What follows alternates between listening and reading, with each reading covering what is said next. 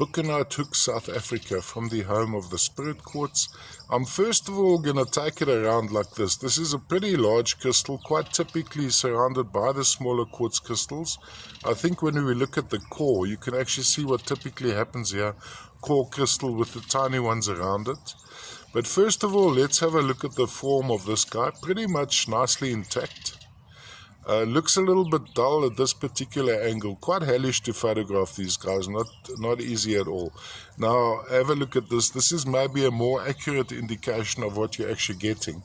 Just take it from the top down. It's just how the light plays with the camera.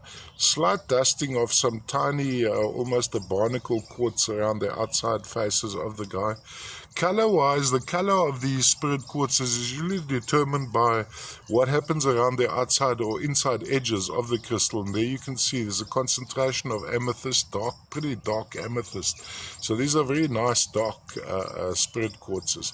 Of course, originally the name spirit came from the communication on site. When you were looking for the dark purple material, you'd ask for spirit, which is methylated spirits is a general cleaner here, and it's pretty much the color of methylated spirits. So you'd be talking in terms of dark purple.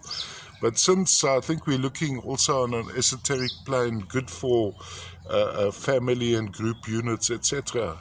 All the way from South Africa, from the home of the spirit quartz, Hoek, South Africa.